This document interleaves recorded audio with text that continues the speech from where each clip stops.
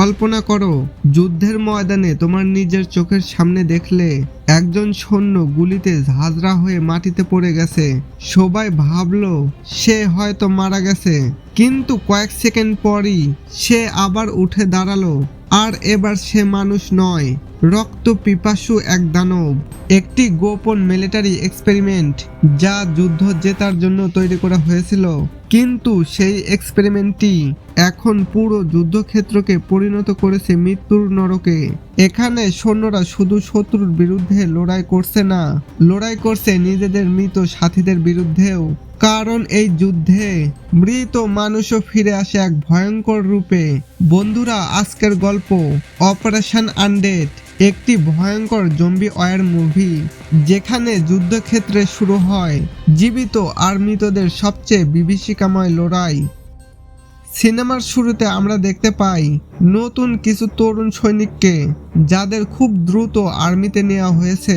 বাহিরে ভয়ঙ্কর যুদ্ধ চললেও তারা অনেকেই এখনো বিষয়টাকে সিরিয়াসলি নেয়নি।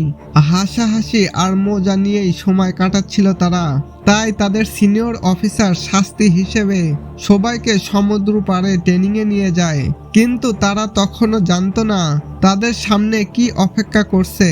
অন্যদিকে আমরা পরিচিত হই মেক নামের এক সৈনিকের সাথে। সে তখন নিজের প্রেমিকা পেনের সঙ্গে সময় কাটাচ্ছিল। ঠিক তখনই পেন তাকে জানায় সে প্রেগনেন্ট। খবরটা শুনে আনন্দে হতবাক হয়ে যায় ম্যাক। সে সঙ্গে সঙ্গে পেনকে বিয়ের প্রস্তাব দেয়, কিন্তু সুখের মুহূর্তটা বেশিক্ষণ স্থায়ী হয় না। এক জেলে দৌড়ে এসে খবর দেয় শত্রুপক্ষের জাহাজ সীমান্তে ঢুকে পড়েছে। ম্যাক দ্রুত যুদ্ধক্ষেত্রের উদ্দেশ্যে রওনা দেয়। অন্যদিকে জাপানি সেনাবাহিনী গোপন এক ভয়ঙ্কর অস্ত্র ব্যবহার করার পরিকল্পনা করছিল। একজন বিজ্ঞানী তাদের সামনে একটি ভিডিও চালায়। সেখানে দেখা যায় একজন সৈন্যের শরীরে অদ্ভুত এক ভাইরাস প্রয়োগ করা হচ্ছে। কয়েক সেকেন্ডের মধ্যেই লোকটা ভয়ঙ্কর এক জীবিত দানবে পরিণত হয়। এই জীবিত অস্ত্রের নাম সিয়া। উচ্চ পদস্থ অফিসাররা প্রথমে ভয় পেয়ে এটিকে ব্যবহার করতে রাজি হয়নি, কিন্তু জেনারেল স্পষ্ট জানিয়ে দেয় যুদ্ধ জিততে হলে যে কোনো মূল্য দিতে তারা প্রস্তুত। এইদিকে থাই আর্মিদের নতুন সৈন্য মক যুদ্ধ থেকে পালাতে চাচ্ছিল। তার মা কখনোই ছেলেকে যুদ্ধে পাঠাতে রাজি ছিল না, কারণ আগের যুদ্ধেই তিনি নিজের স্বামীকে হারিয়েছেন। মক পালিয়ে যাওয়ার চেষ্টা করলে তার বড় ভাই মেঘ তাকে থামিয়ে দেয়। সে শুধু একটা কথাই বলে, শত্রুর কাছ থেকে পালানো সহজ, কিন্তু নিজের ভয় থেকে পালাবে কিভাবে। এই কথাটাই মকের মাথায় গেঁথে যায়। শেষ পর্যন্ত সে যুদ্ধে যোগ দেওয়ার সিদ্ধান্ত নেয়। কিছুক্ষণের মধ্যেই শুরু হয়ে যায় ভয়ঙ্কর লড়াই। চারদিকে গুলির শব্দ, বিস্ফোরণ আর মৃত্যু। অভিজ্ঞতার অভাবে থাই সৈনিকরা দ্রুত পিছিয়ে পড়ে। জীবন বাঁচাতে তারা জঙ্গলের ভেতর পালিয়ে যায়। এরপর যা ঘটে সেটা পুরো যুদ্ধের চেহারাই বদলে দেয়। ঠিক তখনই সমুদ্র পাড়ে ভেসে আসে একটি কাঠের বক্স, আর সেই বক্সের ভেতর থেকে বেরিয়ে আসে সিয়া। মানুষের মতো দেখতে সেই দানব মুহূর্তে সৈনিকদের উপর হামলা চালাতে শুরু করে। যাদের কামড়াচ্ছিল তারাও ধীরে ধীরে একই রকম ভয়ঙ্কর প্রাণীতে পরিণত হচ্ছিল।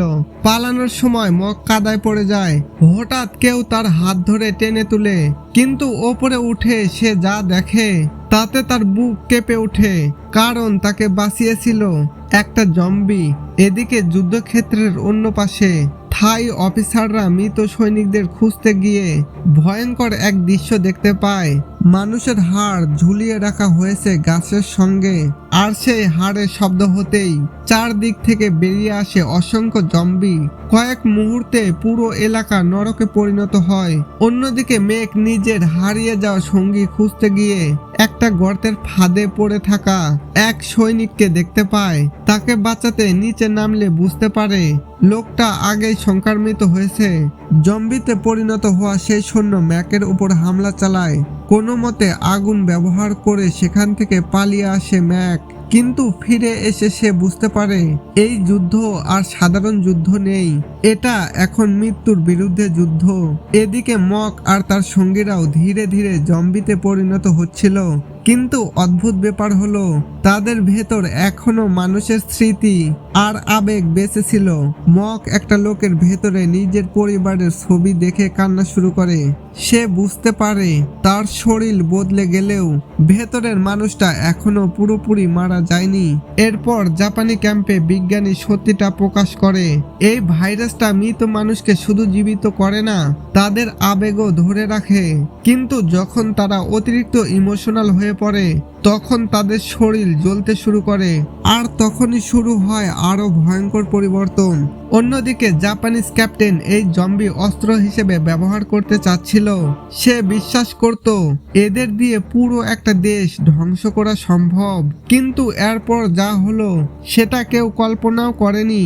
বিজ্ঞানী সতর্ক করে দেয় এদের মেরে ফেলা সহজ নয়, কারণ একজন হারিয়ে গেলে বাকিরা তাকে খুঁজতে পুরো পৃথিবী উল্টিয়ে ফেলবে। এরপর গল্প আরো ভয়ঙ্কর দিকে মোড় নেয়। জম্বিরা নিজেদের পরিবারকে চিনতে শুরু করে। কেউ নিজের সন্তানের জন্য কাঁদছে, কেউ স্ত্রীর মুখ মনে করে থেমে যাচ্ছে।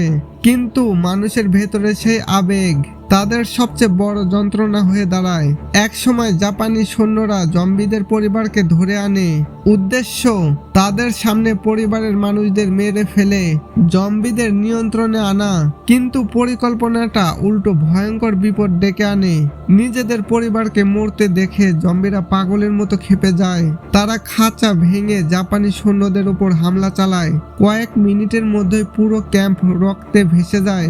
এদিকে মক বুঝতে পারে এই ভাইরাস শুধু মানুষকে দানব বানায়নি, তাদের কষ্ট হাজার গুণ বাড়িয়ে দিয়েছে। শেষ দিকে মক নিজের ভাই মেঘের কথা মনে করে। সে বুঝতে পারে পালিয়ে বাঁচা সম্ভব না, এই ভয়ঙ্কর অভিশাপ থামাতেই হবে। তাই শেষ পর্যন্ত মক একটা সিদ্ধান্ত নেয়, এমন এক সিদ্ধান্ত যেটা হয়তো তার নিজের জীবনও শেষ করে দেবে। গুহার বাহিরে দাঁড়িয়ে ফ্লার গান হাতে নেয় সে। চারদিকে তখন আগুনের আলো, আর সামনে দাঁড়িয়ে আছে অসংখ্য জম্বি। মেঘ বুঝে যায় মক কি করতে চলেছে, কিন্তু আশ্চর্যের বিষয় কেউই তার ওপর হামলা করে না, কারণ তারা জানতো এই আগুনই হয়তো তাদের অভিশাপের শেষ। মেঘ শেষবারের মতো নিজের ভাইকে সেলুট করে, আর চোখে পানি নিয়ে মক ফ্লাওয়ার গান চালিয়ে দেয়। মুহূর্তের মধ্যে আগুন জ্বলে ওঠে পুরো গুহায়। এক এক করে পুড়ে যেতে থাকে সব জম্বি।